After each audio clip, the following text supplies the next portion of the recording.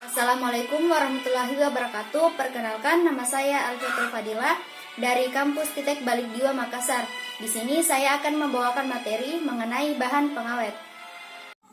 Bahan pengawet adalah bahan tambahan pangan yang dapat mencegah atau memperlambat proses fermentasi, pemanasan atau pengeluaran lainnya terhadap makanan yang disebabkan oleh mikroorganisme.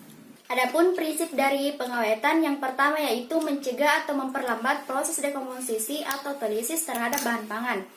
Yang kedua yaitu mencegah kerusakan dari luar atau lingkungan, misalnya yaitu yang disebabkan oleh hama. Terus yang ketiga yaitu mencegah atau memperlambat proses mikrobial. Cara kerja pengawetan yang pertama yaitu menghentikan atau memperlambat proses pertumbuhan bakteri atau pembusukan. Yang kedua yaitu mencegah makanan dari ketengikan. Yang ketiga yaitu menekan reaksi oksigen dan beberapa logam. Yang keempat yaitu mencegah hilangnya beberapa asam amino esensial dan vitamin. Berikut penjelasan dari contoh bahan pengawet kimia makanan. Yang pertama yaitu asam benzoat. Pengawet ini dapat menimbulkan alergi, asma, ruam kulit, dan kerusakan otak. Biasanya digunakan dalam jus, teh, dan kopi. Asam benzoat memiliki kandungan antibakteri sehingga makanan yang diberikan akan terlindungi dari bakteri. Yang kedua yaitu asam sitrat. Asam sitrat aman dikonsumsi oleh manusia.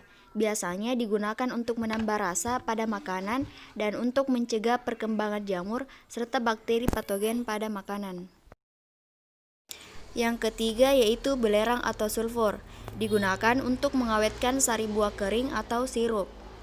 Belerang atau sulfur aman digunakan apabila sesuai dengan takarannya. Yang keempat yaitu asam propionat, digunakan untuk mencegah pertumbuhan jamur dan biasanya diberikan pada bahan makanan seperti roti dan kue yang dari tepung. Yang kelima yaitu sorombetes. Bahan kimia ini banyak digunakan karena tidak berbau, tidak berasa, dan tidak menimbulkan efek samping untuk kesehatan. Yang keenam yaitu boraks. Karena sifatnya antiseptik, boras dapat membunuh kuman dari makanan, biasanya ditambahkan pada bakso dan mie. Yang ketujuh yaitu formalin. Formalin digunakan bukan untuk makanan, dan apabila diberikan kepada makanan, maka akan menimbulkan keracunan. Apabila takarannya melebihi, maka akan menimbulkan kejang dan muntah darah. Berikut penjelasan mengenai contoh bahan pengawet alami.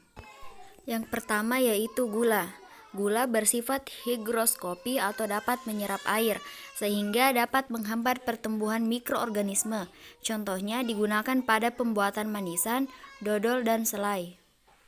Yang kedua yaitu garam. Garam merupakan senyawa kimia NaCl. Sama halnya dengan gula, garam juga bersifat higroskopit, sehingga dapat menghambat pertumbuhan bakteri. Contohnya yang digunakan pada ikan asin dan produk fermentasi. Yang ketiga yaitu bawang putih, dapat menghambat pertumbuhan kamir dan bakteri sehingga dapat digunakan sebagai pengawet makanan. Yang keempat yaitu kluwak. Kluwak berfungsi sebagai bumbu rempah dan pemberi warna.